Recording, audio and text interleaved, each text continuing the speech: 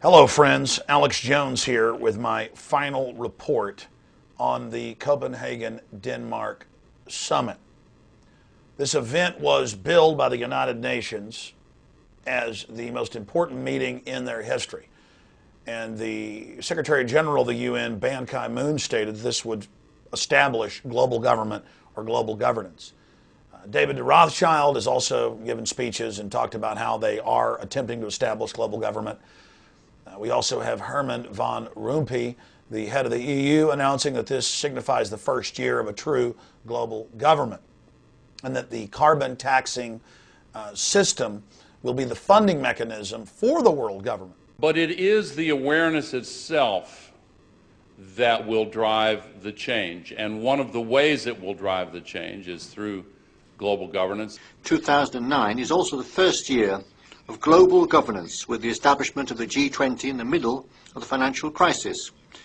The climate conference in Copenhagen is another step towards the global management of our planet. It's past the point of talking. We know historically that the global governance the sort of agenda to these issues is very hard to try and, with all the best intentions, it's very hard to actually activate. I can happily announce to you that the event has ended in massive failure, but unfortunately not complete failure, because when the New World Order doesn't first succeed, they try again. And so that's why we have to be eternally vigilant against what they're doing.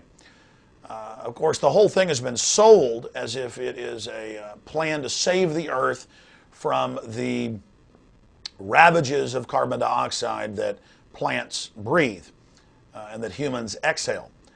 And the fact that ClimateGate came out in the month before the UN meeting in Copenhagen, Denmark, is the #1 reason that their agenda is in so much trouble. So this has been a great victory for people all over the world that don't want to live under a private, unelected United Nations dictatorship.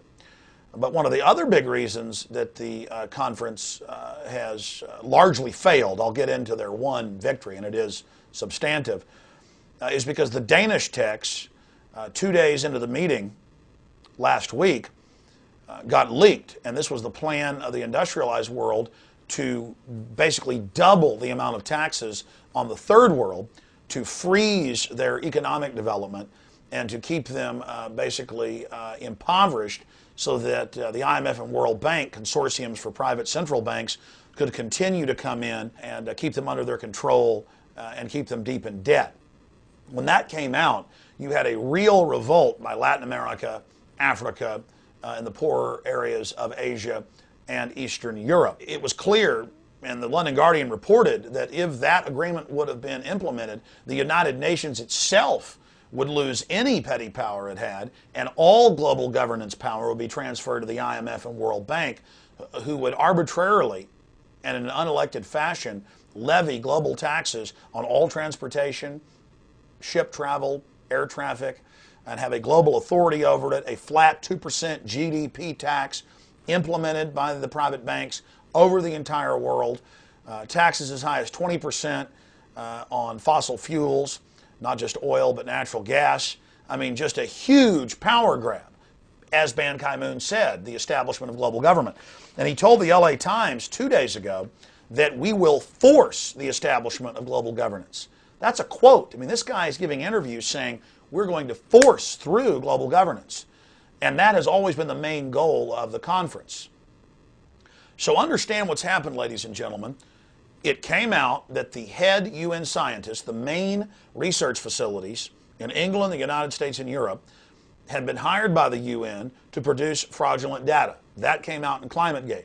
Since then, other scientists and meteorologists have blown the whistle at universities and government institutions from Canada, the US, Australia, New Zealand, Russia, where more fraud was engaged in. And so since then, ClimateGate has blown a big window, a big hole into the facade so people can look in and see the fraud. So that's been unfolding. Unfortunately, the globalists have achieved their main goal, though.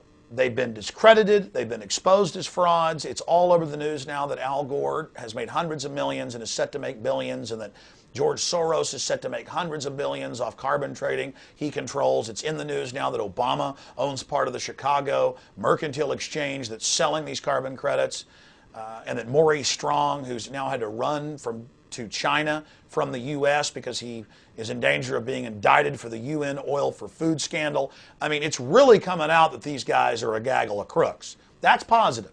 So on a public relations front, they've really been exposed as frauds. The problem is they're still in control of the Western nations. They're still in control of the United Nations. They've still, through IMF and World Bank loans from U.S. taxpayer money predominantly, bought off the third world leaders. And so even though they've been exposed, they're still going ahead with a draft that the major nations have signed on to. They just wanted to expand their agreement for more taxation and control, to establish a global framework and a global enforcement system in the future to levy these taxes and to regulate these taxes on a planetary scale. So they have gotten that. We interviewed yesterday and today Lord Christopher Monckton, who's an expert on this and who's been in the Copenhagen event for the last week and a half, to get his take on it. And the PrisonPlanet.com exclusive headline is, British Peer, Copenhagen Summit has established a world government. So the media is saying it's a total failure. And it is a failure from the whole agenda they wanted, but not a failure in that they have agreed to meet again in Mexico City, and they have agreed that they will begin setting up and establishing this system to run the planetary regulation and taxation and control over all industry and all human activity. It's also come out that the head of the IPCC at the UN owns the Indian steel plant that the British paid to have one of their steel plants shut down and to have it moved to India. So that's coming out. So I mean, there's so much to cover here. The point is, the really good news for everyone is that their agenda is being exposed. They didn't get a lot of what they wanted, but the bad news is they got the heart of what they wanted through. We are definitely gaining traction. The momentum is now shifting over to people that want national sovereignty, that want to have elected governments, that don't want to live like people in the European Union who've lost their sovereignty to the unelected bureaucrats in Brussels. So despite the fact that Obama got angry and lectured everyone and said, you know, the time for talk is over, you must submit to the entire agenda, despite the fact that he did that, they have still failed. It also came out separately on the ClimateGate front that the top scientist of the IPCC, who works for Maurice Strong, this broke nationally here in the United States on national television in a video interview for the first time. Ben Santer, the head climate researcher at the IPCC, author of Chapter 8 of the IPCC Working Group report, admits that they deleted 5 sections from the UN's own report that stated that man is not contributing to climate change. You understand, the UN scientists brought them the research and said, we can't prove man's doing this, and it looks like man has no effect whatsoever compared to the sun and the moon and all these other tidal forces. And he cut that out. So that's now coming out. So the dam has broken on the manipulation of the data. And so the beginning of the end has certainly begun, as long as we continue to expose this fraudulent agenda for what it is. A plan by a group of industrialists and bankers to scare the world population into relinquishing their rights and turning it over to an unelected IMF World Bank government that taxes the West, then takes that money and loans it back to third world and first world nations. And then makes those nations agree to a list of demands to destroy their industrial capacity, which will result in a death sentence. 15 million people starve to death a year in the third world. Over 100 million people are right on the verge of starvation at any one time. And so it's very easy to tip them into mass starvation and death. Just the ethanol production in the U.S. and in Brazil and a few other countries, taking a third of our grain production out and putting it in for ethanol, caused an additional 10 million people to starve to death in 2008. And those are conservative numbers. So think of the scale of mass murder and genocide that we're dealing with here. And that's how Mao Zedong killed over 60 million people, and how Stalin killed more than 10 million in the Ukraine, was by simply cutting the food supply off to people. And that's what is at the heart of this global government. For the New World Order, global government's only the beginning. Once they have the global government, they can then carry out the austerity measures that are meant to shut down industrial society, bankrupt the West, and make everyone dependent on government and the state.